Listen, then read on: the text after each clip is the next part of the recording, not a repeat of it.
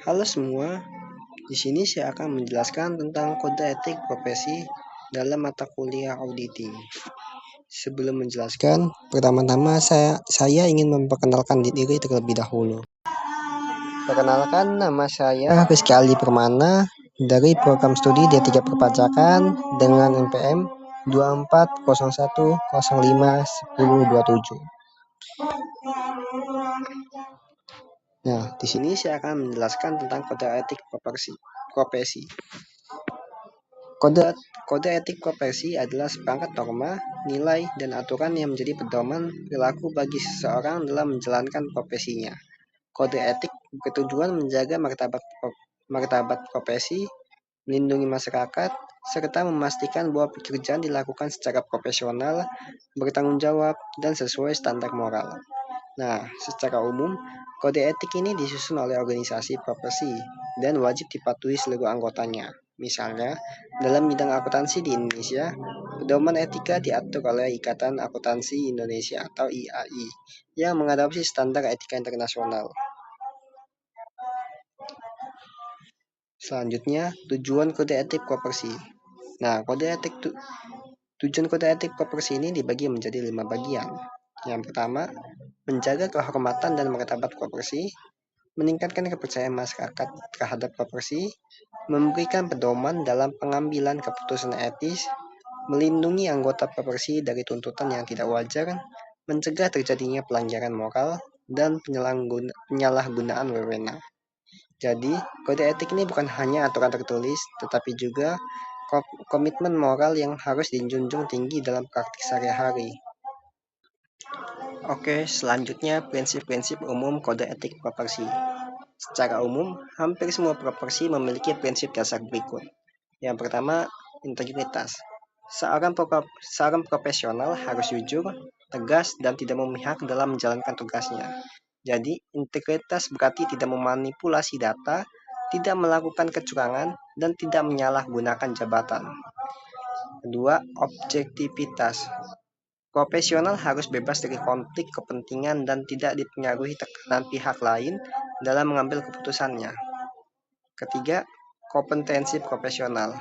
Jadi, setiap anggota profesi wajib memiliki pengetahuan dan keterampilan yang memadai, serta harus meningkatkan kemampuannya dalam atau melalui pendidikan yang berkelanjutan.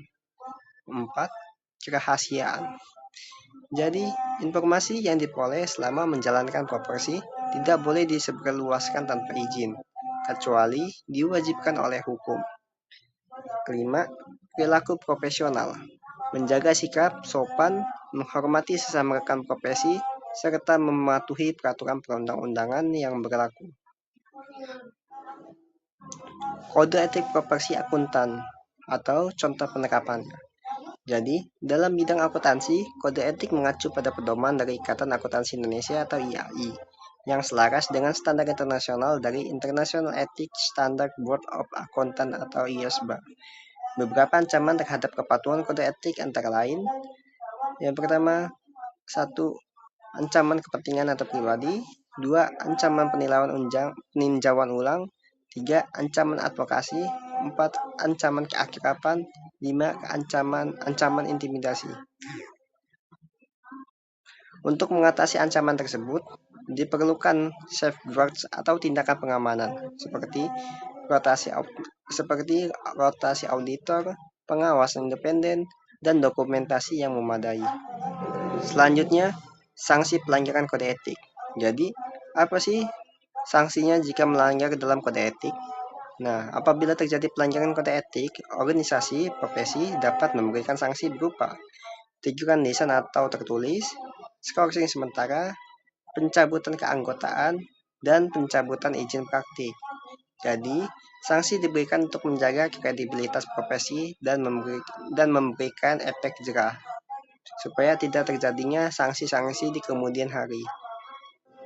Selanjutnya, pentingnya kode etik dalam dunia kerja. Di era modern ini, persaingan bisnis sangat ketat. Tanpa kode etik, profesi dapat kehilangan kepercayaan publik. Misalnya, dalam kasus manipulasi laporan keuangan, dampaknya tidak hanya merugikan perusahaan, tetapi juga investor dan masyarakat luas. Nah, karena kode etik menjadi landasan agar setiap profesional tidak hanya mengejar keuntungan, tetapi menjunjung tinggi tanggung jawab sosial.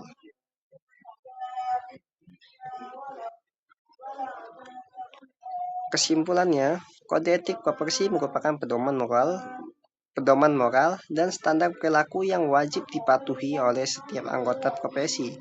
Prinsip utama seperti integritas, objektivitas, kompetensi, kerahasiaan, dan perilaku profesional harus diterapkan dalam praktik sehari-hari. Tanpa kode etik, profesi akan kehilangan kepercayaan masyarakat dan merusak sistem ekonomi secara keseluruhan. Oleh karena itu, setiap profesional harus memahami dan menerapkan kode etik, tidak hanya sebagai aturan tertulis, tetapi sebagai komitmen moral dalam menjalankan tugasnya. Sekian dari penjelasan saya. Jika ada kesalahan kata, saya mohon maaf. Kepada Allah mohon ampun.